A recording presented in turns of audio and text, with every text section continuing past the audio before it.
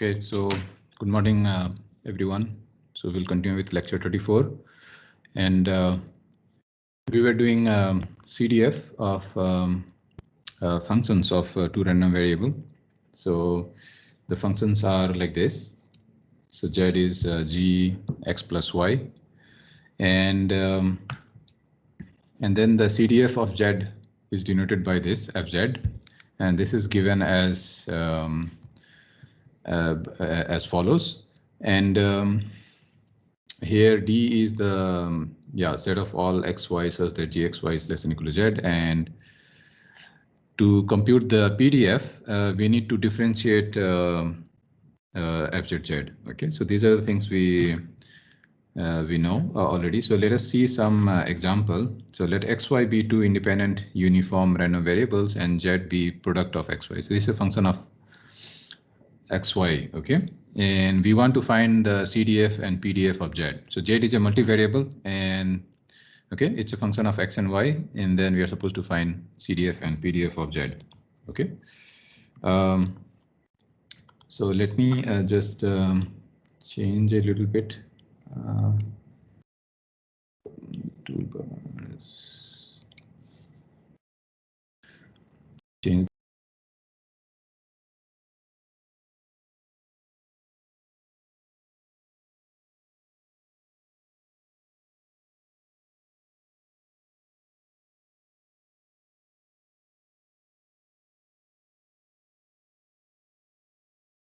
So we are interested in this, so let us do this. So first thing is like, what is the range of z, right? So range of x being uniform at 0, 1, the range of z will be also 0, 1 only, right? Because z is product of x and y. So it's good to write down the range.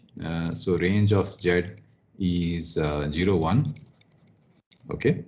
So then the CDF according to the range will be 0 for z less than or equal to 0, and this will be 1 for z greater than or equal to 1, right? So this follows from the range itself. And now we want to see what happens when z is between 0 and 1. So for 0 less than z less than 1, we have fz z, which by definition is probability that z is less than or equal to small z. This, in place of z, we put xy. So xy less than or equal to z, and this is equal to probability that. So I can write this in terms of x, okay, because both x or y, okay, it doesn't matter here, because x is known here. So x is less than or equal to z by y, okay. So so this is what we are supposed to find, right? So now we can try to find this. So remember what was the formula that we have. So this is something like we have to so we have to integrate it over the defined domain here. Okay, so D. So we have to also know where is the range of integration for this, right? So we have probability that x is less than or equal to z by y, and this. So there are like so we need to use the joint PDF. Okay, so in this case we have fxy, xy, okay, and then dx dy. And what are the ranges for x and y, right? So for the so the ranges for x is bounded by z by y, right? So x goes from 0 to z by y, and y is 0 to 1. Okay, so y 0 to 1. So if I try to integrate this, but so this is the range for x, okay. So range or limit range of x, and this is like the limit. Okay, the proper word is limit. limits of integration of y, right? Okay. But we also know that the range of x is upper bounded by 1 because x is uniform, right? So since x is uniform, 0, 1, so it is also upper bounded. So this guy cannot exceed 1 also. So we have to tap it at, so then we can take a minimum of this guy, okay? So this is and minimum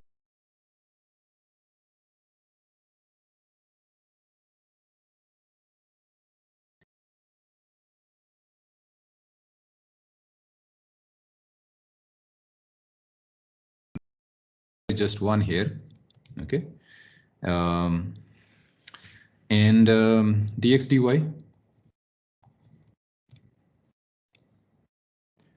Okay, so if we try to integrate this with respect to x, so what we'll be left with is just minimum of this. So this will be equal to 0 to 1, and then this will be minimum of 1 zy. Okay, so what we are left with is just dy now. Okay, so we need to see what are the possible values taken by this guy, right? Because depending on z and y, their relative, I mean the values for this, if for instance z by y is less than 1, then the value will be 1, and so on. So it's like we have to see this in case by case basis now. So let us define some intermediate function zy, which is minimum of 1 zy, and we want to see where this gy values are. So gy will be 1 for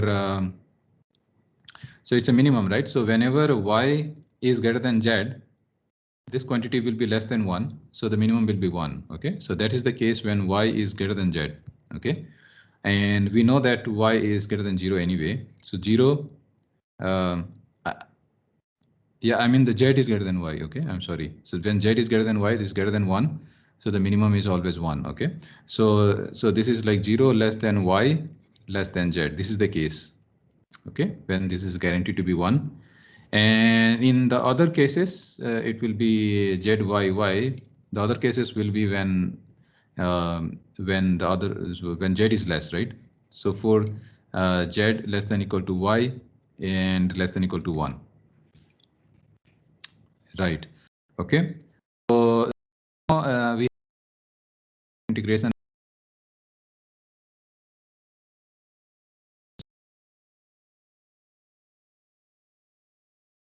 Okay.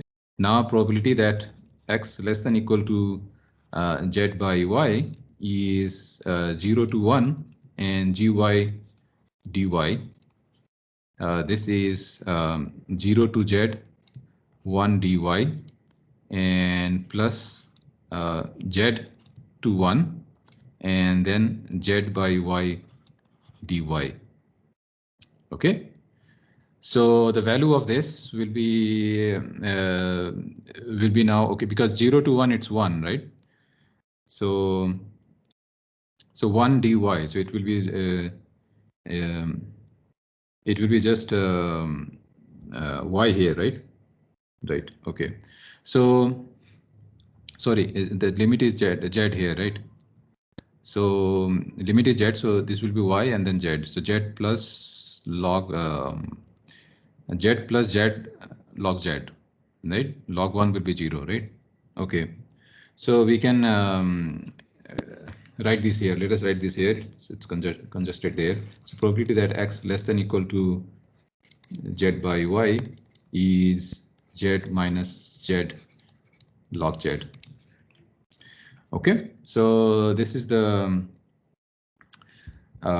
this is how we can compute the joint CDF. Okay, and there is another way to do this using total probability. So another way using total probability. So using total probability, we need the conditional, and So we will condition over y here, okay? So probability that x less than equal to z by y is 0 to 1, probability that x less than equal to z by y, conditioned on y is equal to y times probability that y is equal to y, okay? Or a better way to write is like so we should do the fyy, right? Fyy dy. This is due to law of total probability, right? So, and x and y are independent, okay? So this guy will just go away, okay? So this is 0 to 1 probability that x is less than equal to z by y and just fyy dy. So this is because since x, y are independent, okay? So x is less than so what are these probability values, right? So for so these probability values, x being uniform, right? So x being uniform, what are these values? So probability that x less than equal to z by y is 1 for 0 less than y less than z, and it is z by y for z less than equal to y less than equal to 1. Okay, so once again, like we can do this x less than equal to z by y, and this is 0 to z dy plus from here onwards is the same z by y dy, and this is z minus z logarithm of z. Okay, so to summarize,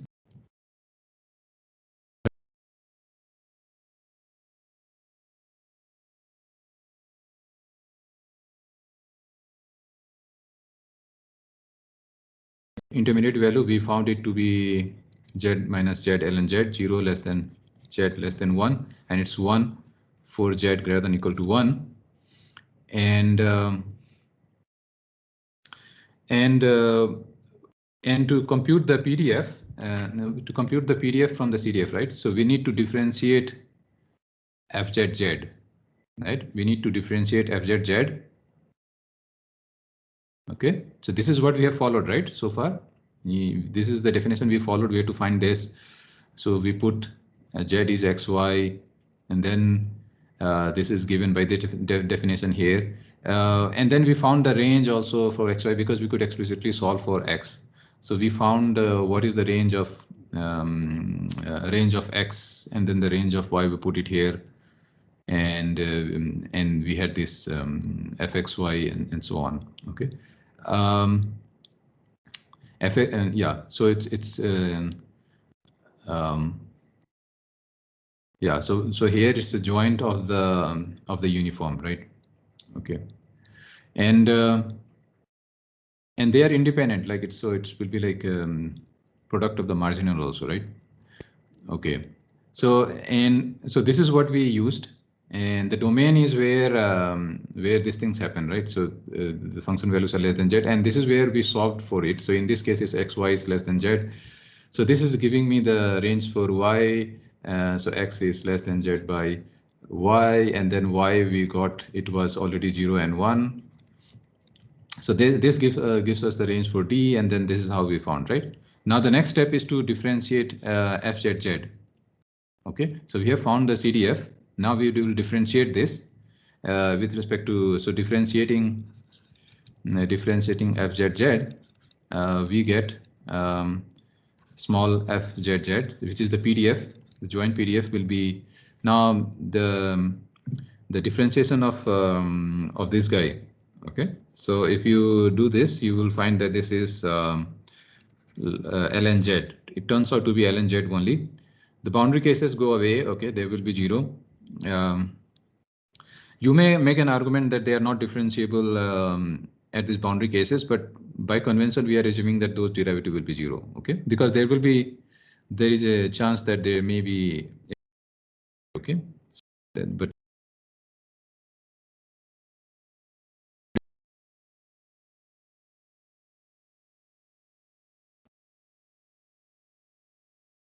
So so if you take the differentiation of this, you will get this. Okay, this is something you have to check. Okay, so just check this. So something will get cancelled. Okay. Okay, so this was the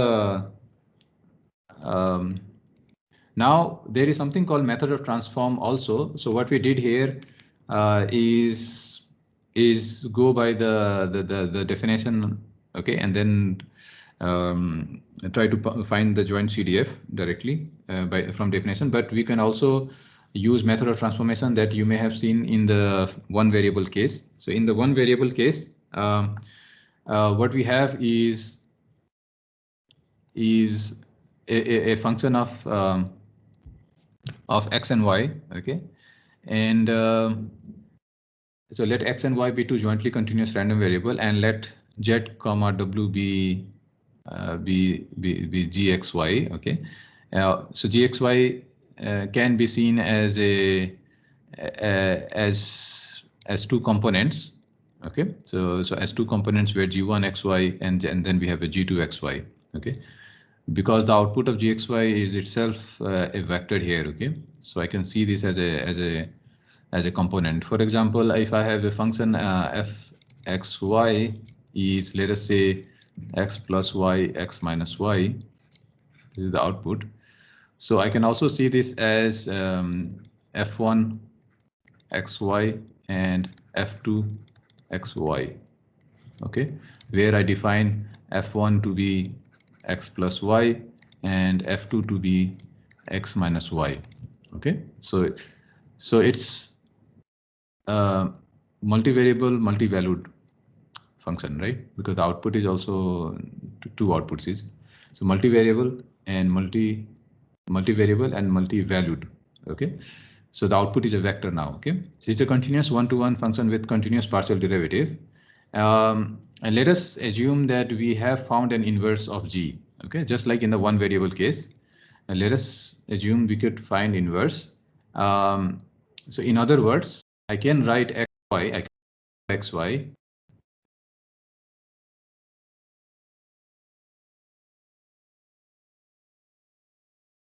Since this is a multi-output, multi-valued, so I can also see this as two components, h1 and h2. Then z and w are jointly continuous, and their joint PDF is denoted by this, okay, fzw and zw, okay, is given by this, okay. So the joint PDF of zw, which is a function of xy, is given by this. Remember, the output is also two random variable. So what we can talk about is the joint PDF now. So, and this is the joint PDF of xy, the given joint PDF. And then we have h1 here, h2 here, and then this is the j is the Jacobian here. And then we have absolute value outside that, where the Jacobian is defined to be the determinant of del h1 by del z, del h1 by del w, del h2 by del z, del h2 by del w. Okay, this is how the Jacobian is defined. So you take h1 and then take derivative with z and w. That will be the first row, and then you take h2 and take derivative, partial derivative with z and w. So that will give you the second row, and then you take a determinant of that. So determinant, you know how to compute. Okay, so let us see an example for this. So let x and y be two independent standard normal random variables, right? So this, from linear algebra, you know, right? Is this a linear transform, right? So is this a linear transform? So the question is like, is this a linear transformation?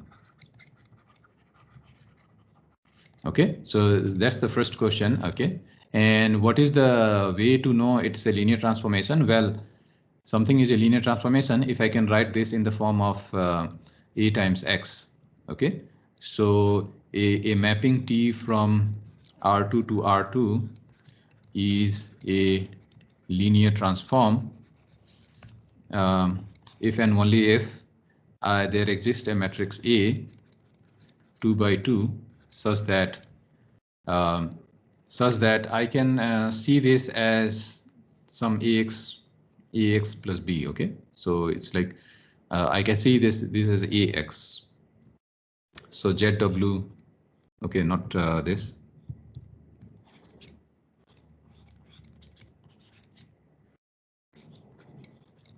So in this case, it looks like is the case is 2 minus 1 minus 1 1 xy. Okay, so this is indeed a linear transformation for our purpose. So when is a linear transformation invertible, right? So when is a linear transform invertible? This is the same thing as asking, is this matrix invertible, right? Invertible, right? Because then I can solve for xy, right? So or from a function point of view, it's like, what was that? Like 1 1 onto something like was there, right? Okay, so you can so that's the function view, right? If it's 1 1 and onto, then the function is invertible, right? So the same thing applies here also. So linear transform is used in the sense of functions. And here, if it is a linear transform, it's equivalent to saying, viewing this in terms of matrix multiplications. So this is the matrix of transform. Okay, so when is the linear transform invertible? The answer is 1 onto. Matrix of transform written sometimes like this, which in this case is this, is invertible matrix. Okay, now the question is this matrix invertible, right? So that's our question number 3. So is this a matrix invertible? Well, you have to check the determinant, right? So is this invertible?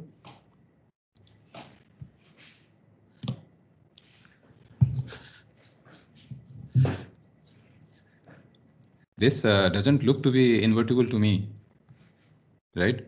So 2 and then if I take the determinant, right? So that will be 0 actually.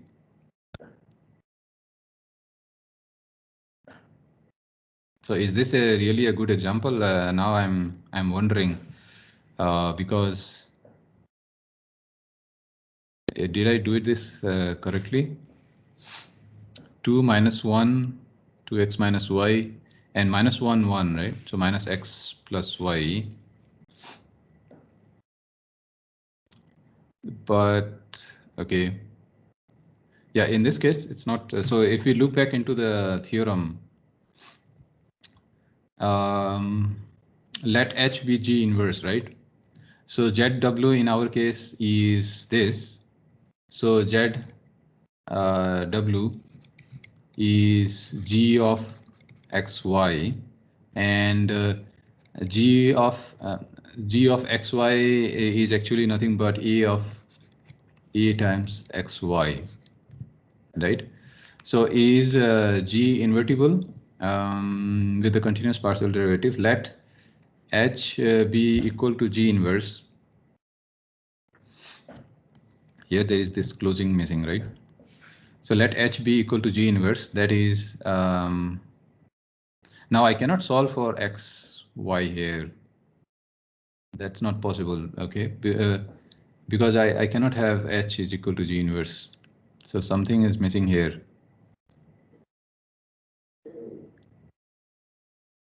The whole point is to find an invertible such that I can solve for XY, right? We cannot solve for XY here. So is this something missing here, or in other words, what I'm trying to say is that T is not 1, 1 and non 2. Okay, so that's like equivalent fact here. If A is not invertible,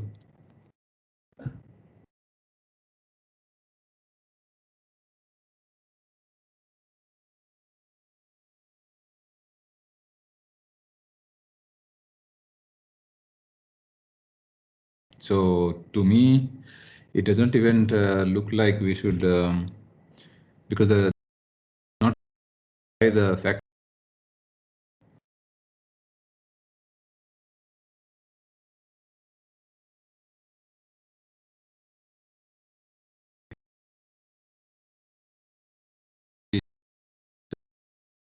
Oh, sorry, my God, I'm dumb here. So 2 minus 1, right? That's not 0, right? So determinant is 1 here. I'm sorry, I was for the whole time I was thinking this is determinant is 0. That's not the case here. So this is invertible actually. Okay, so I can solve for xy, right? So this is A inverse of ZW, right? Okay, A inverse ZW. And A inverse is possible. You can use that cofactor thing inverse for 2 by 2. Okay, so A inverse exists, right? And we can solve for this. Okay, so the basic facts of the theorem is verified. Another way to check is that this is 1, 1 and onto. Okay, 1, 1 and onto as a function t, right? So as a function t that takes the vector x, y, and it produces the output minus x plus y. So another way for you is to prove this is 1, 1 and 2. But when a linear function is given to me, I would prefer to work with matrices rather than proving it as a function 1, 1 and 2. Okay. Okay. So the basic facts are verified here. Now we can go ahead and apply the. Okay, so what do we need? So this is the direct formula we have. Method transform gives us a direct formula, right? So f zw is, so we need to know the first component h1, and we need to know the second component h2. Okay, and then we have to multiply by the Jacobian. So Jacobian also we can compute. So it seems like the most important step now is to actually get a hold of the function h itself. In our case, the function h is this now. In other words, it seems like knowing an inverse of A is now important, because that will define the function h for us. And then we will take the first component as h1 and second component as h2 for that. Right. So let us try to proceed with this plan, right? Okay. And remember, one more thing is like they are standard normal, okay, and independent. Okay. So they are independent. So the joint PDF we know. Okay. Remember, we also need a joint PDF, right? So we need a joint PDF of the given random variable. So that is, we are not given joint, but what we are told is like they are two independent. So we know that for independent, the joint is the product of the marginal. So the marginals we know, because the x and y are so fx we know and fy we know. We multiply, then we get fxy. Okay, so we use the property of independence there. So we get the joint fxy, and we are supposed to find the h, and then we are supposed to find the Jacobian. So these are the three things. Let us go ahead and try to do this. So given that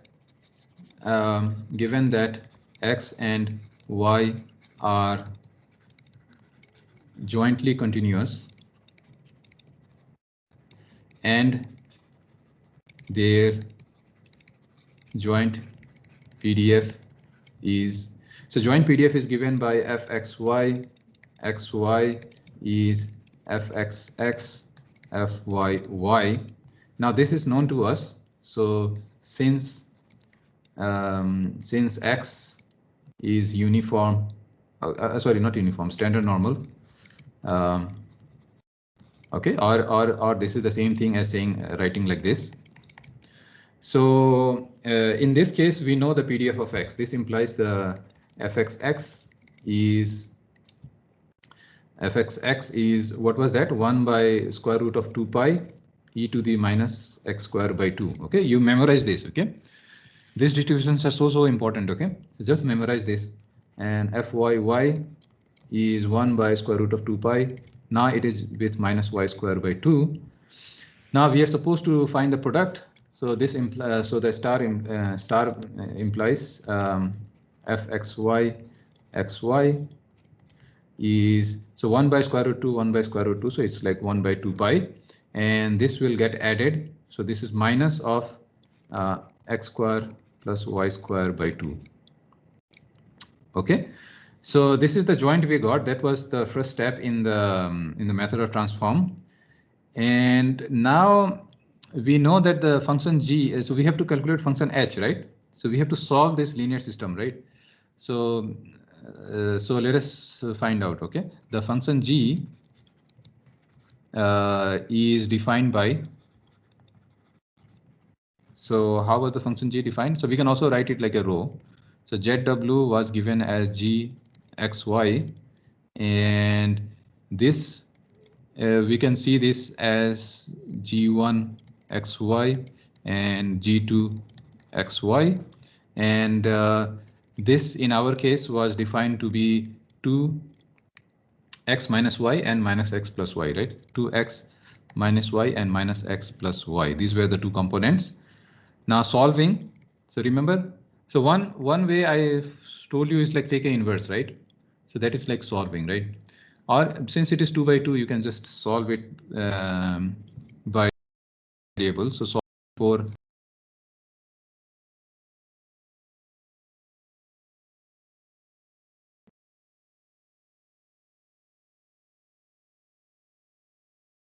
can. Okay, so x will be z plus w, right? So what are the equations we have? 2x minus y is z and minus x plus y is w. Okay, so if I add it, then I get x, so this gets cancelled, okay, and is equal to z plus w, and y will be z, so you put x there, so y will be z plus 2w. Okay, so these are the solutions we have, right? So now we can write x and y in terms of z and w. That's what we did, right? So here I can write xy is equal to z plus w and z plus 2w, and these are our components of h1 zw and h2 zw. Okay, so now we've got hold of h1 and h2. Now what was the next step for us? The next step for us was the Jacobian, right? So what was the h1 is z plus w and h2 is z plus 2w, right? So h1 is z plus w and h2 is z plus 2w. All right, now we need a partial derivative, right? So we need to form the Jacobian, right? So the Jacobian is the determinant of the partial derivative of h1 with z. So del h1 by del z, del h1 by del w, del h2 by del z, and del h2 by del w. Del h1 by del z is 1, del h1 by del w is 1, del h2 by del z is 1, and del h2 by del w is 2. So, and then the determinant of this. So determinant of this is 2 minus 1 is 1. Okay, and there was an absolute value, but it's already positive, so we don't care about that. So now what was the expression for the joint, right? So f zw, okay, so f zw zw is, what was that? F xy and h1 zw, h2 zw, and then Jacobian and absolute value. Okay, so let us check the formula. This fxy, h1 zw, h2 zw, and then absolute value of the Jacobian. Okay, so we have all the data. So f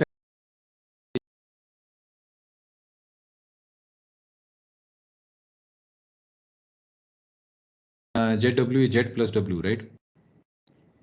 So fxy was this, right? So we recall that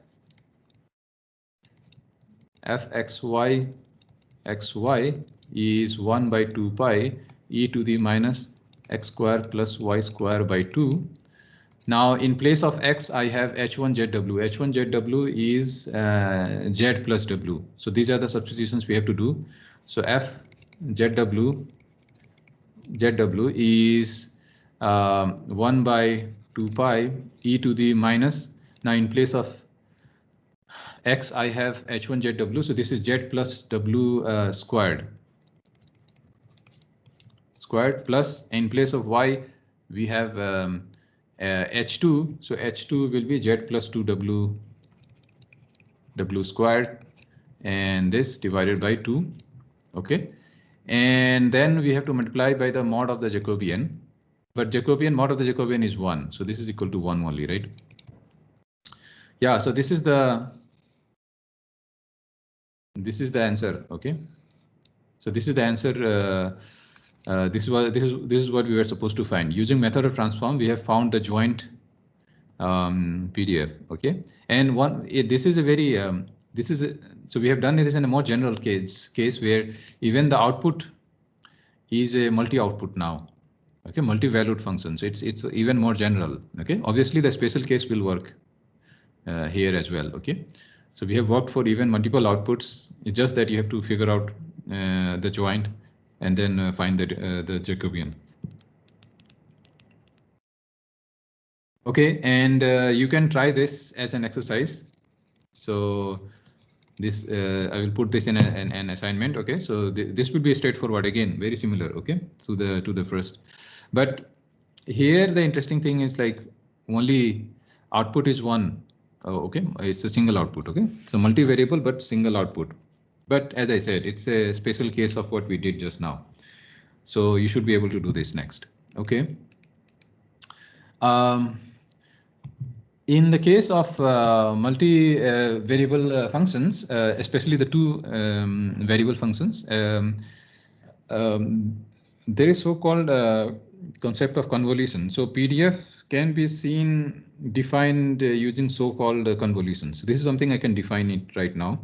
And this happens when you consider sum of the random variable. OK, so if I have to compute the joint CDF, then of a sum of the random variable, then it can be written using so-called convolution. So let us see this. So what this, so f x and y be jointly continuous random variable, and let us define z to be just x plus y. Okay, this is again a function of random variable. Then the PDF is given by this. Okay, so it's a joint and then w and then z minus w dw. Okay, and then yeah, it's like coming from here itself, right? And yeah, or I can also write in this way. Okay, so if x and y are also independent, then we have if x and y turn out to be independent, then we can do a splitting as well, because this joint will get split here. So into fxx, fyy inside, okay, the integrand. So here I can also split this, and this is actually a convolution operator. So this is a convolution operator. Okay, so those who do electronics and signal processing and so on, they tend to use these operations. Okay, convolutions. So yeah, so here the point is just to tell you that for the joint and function of a random variable where it is particularly of the form x plus y, then it is given by this form. Okay, so it's nothing but convoluting. If moreover they are independent, then it is like a convolution of the two PDF. Okay, two marginal PDF. Okay, so let us see and solve. Let us see and solve example of the previous concept. Okay, so let us see what does it mean in the case when we have two independent and standard normal given to us. Okay, so and in this case it is indeed sum of x plus y. So we are expecting that it should turn out to be a kind of a convolution here, right? So this is what, so that's what we are expecting. So let us now try to see if that is the case. So do I have a space here? No. Okay. So let me try to do this here. So we have fz z.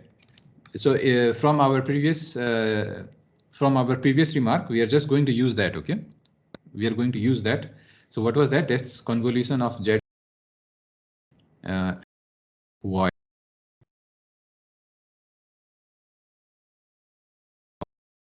of marginals is minus infinity to infinity, and fx, and this is how it is defined. Convolution is defined like this, and z minus w dw. So this is minus infinity to infinity.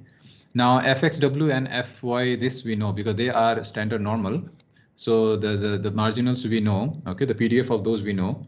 So 1 by 2 pi e to the minus w square by 2, and square root 2 pi, I made it into 1 by 2 pi. And then we have e to the minus z minus w squared by 2 dw. Okay, so this is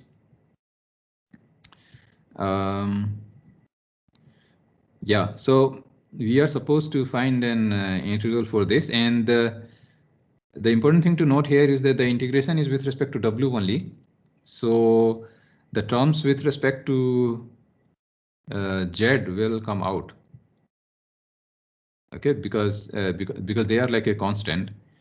So minus z square by 2 e to the minus, and that's a whole squared, right? 1 second.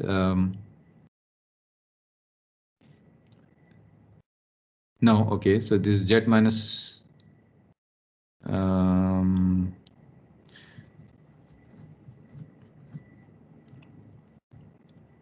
yeah, so we have to take out z. We can take out z, but we are supposed to integrate with respect to w.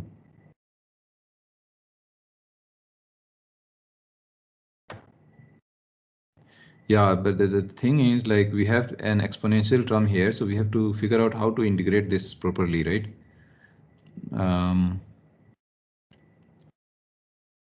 Okay, so if the integrand, we can make it as a PDF of some existing known. So what could be the existing thing?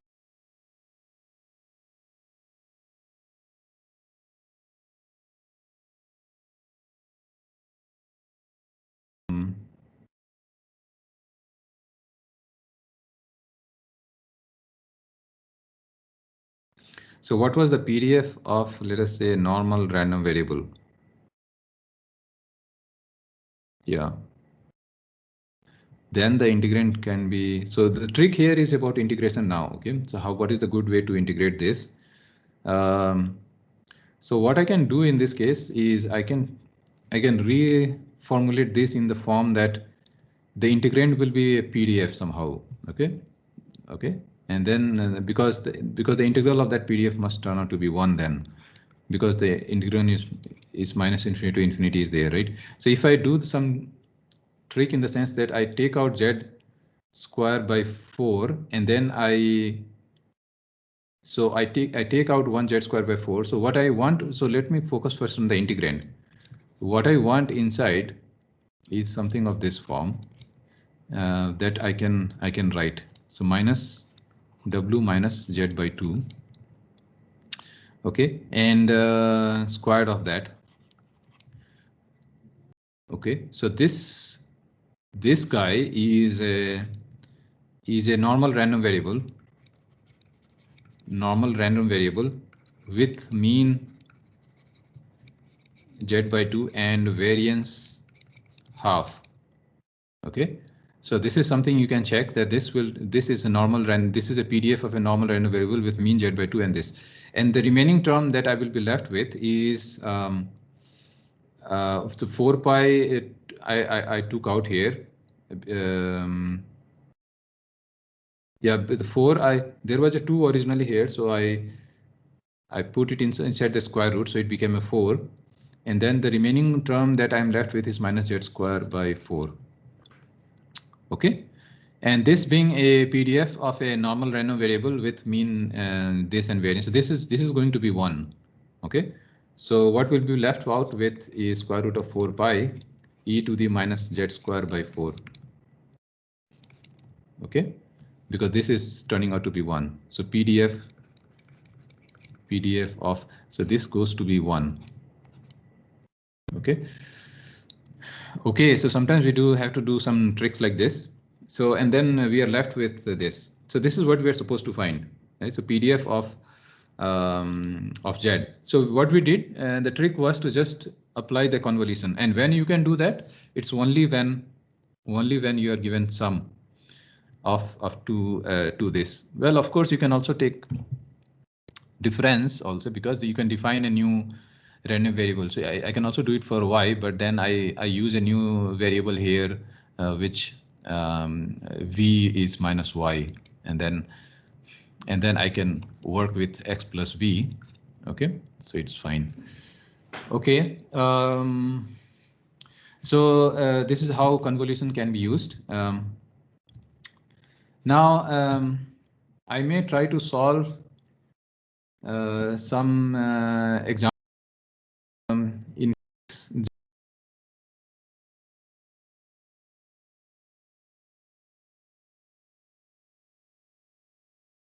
discrete random variables, right?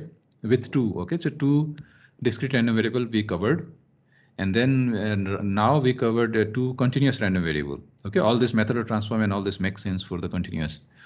So we know how to compute marginal. We know how to compute. We know what is independence here. We know what is the conditional expectations, conditional variance. Okay, law of total probability, law of total variance, law of iterated expectations. We have seen plenty of examples for continuous by now also for the joint. Okay, so we have seen many things now. Okay, so what I can do is, like, I can do some quick practice of some solve examples. So let us say I have one. So this solve examples will explore all the concepts we have developed for jointly continuous random variables. So let x and y be a jointly continuous random variable with joint PDF given by this. Okay. Now the question is, what is the range of xy? Well, range of xy is given by there, right? And plot it, find the constant c, find the marginal PDF, and find the probability that y less than equal to y less than 2x squared. Okay, so let us solve this for a practice. Okay, so solution, and then we want a solution for one, right? So range of xy. So range of xy. So what is the plot? Well, xy greater than equal to 0 and xy less than 1. So that we know, right? So this is this, right?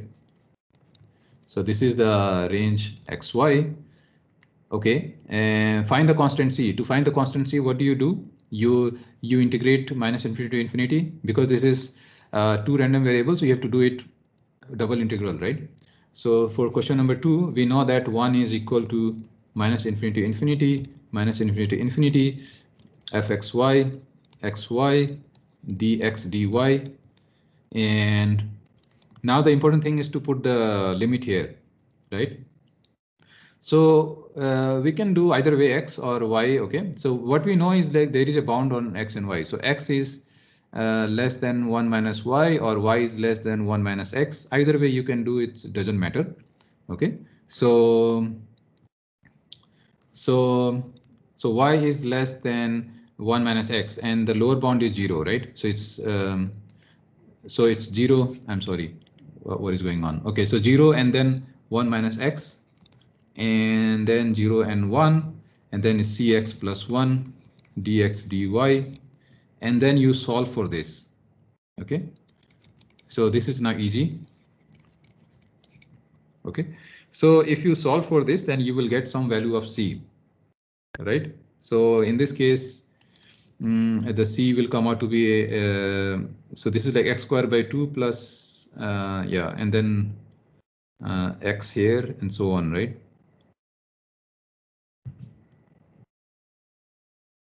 Yeah, so let's do this, because c, right, x plus y, multiply this, then I have yeah, so I have so 0, 0 terms will go away, so I don't care about the 0, 1. And let's see.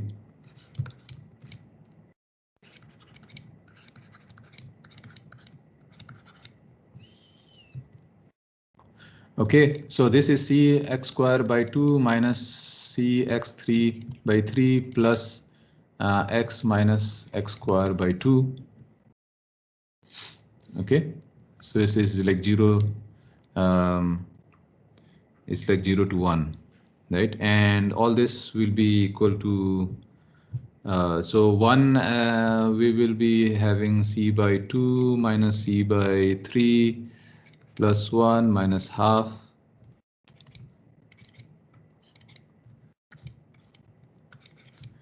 equal to 1. So this implies what is this? So 3c minus 2c is c by 6 plus half equals to 1. This implies equals to 3.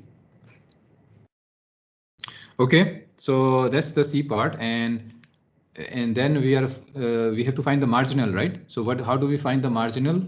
So marginal,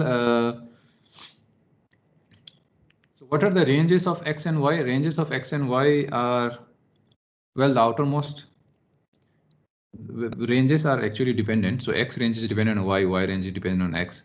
The lower limit is 0. Okay, so what do we need?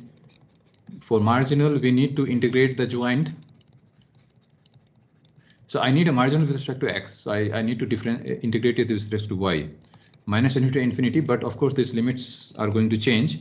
So y goes from 0 to 1 minus x, right? So this is 3x plus 1. Okay, that was the joint given to us, and this is dy.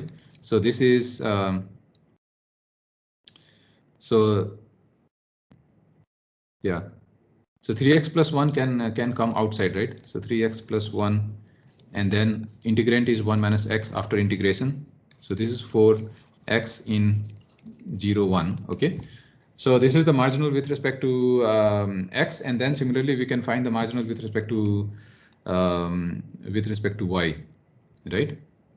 So we have 3x plus 1, 1 minus x for 0 less than equal to x less than 1, and this is 0 otherwise.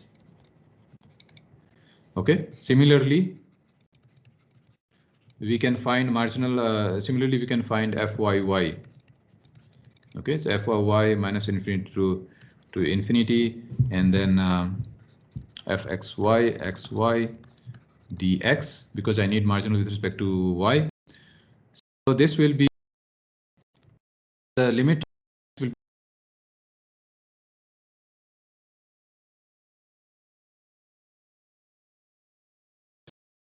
will be half of 1 minus y and 5 minus 3y. If I do the integration of this, and this would imply fyy will be half of 1 minus y, 5 minus 3y, 0 otherwise. Okay, so now the last question that is left is the fourth one. So the probability that y less than 2x square. Okay, y less than 2x square, right? So probabilities like this, what do? We have, we do like this, right? Minus into infinity, minus infinity to infinity, and then fxy. I mean, well, not infinity, but in this case it's like 2x square, and then fxy, xy, dx, dy. Okay. So in this case, okay, but so the y range I put it, but y is lower bound is 0, right? And x upper lower bound is 0 and upper bound is 1. So we update our ranges. So 0 to 2x square, and then fxy is 3x plus 1 dx dy, and this is 0 to 1, and now this is like 2x square is, but we also know that y is bounded by, y is also bounded by 1 minus x, right? So is this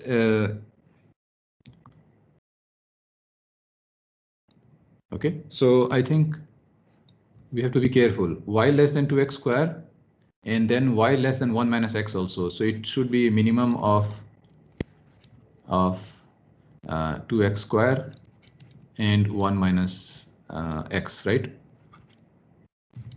Okay, right. So this is the this is what we have, and okay, let us quickly finish this. We have only 2 minutes left. So this is actually minimum of 2x square and 1 minus x, right? Okay, so if we integrate this inner part, because there is a, this is for y, so 1 will be there, so one, that minimum will come inside, right? So this will be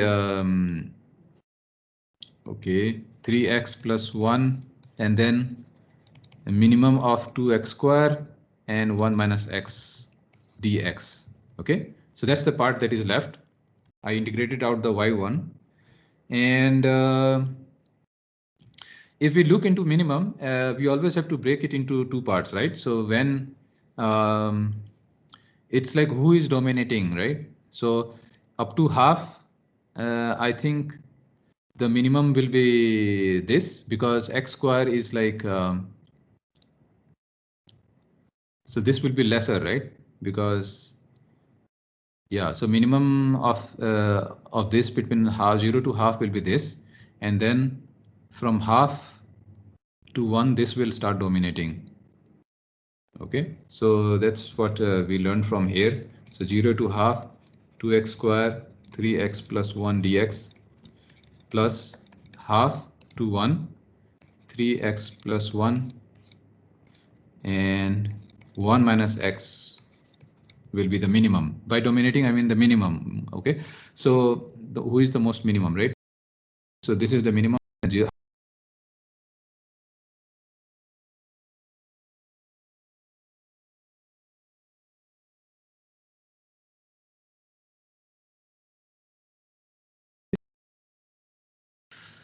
Multiple random variable and so on. Okay, so let us stop here. Okay, bye. Have a nice day. Bye.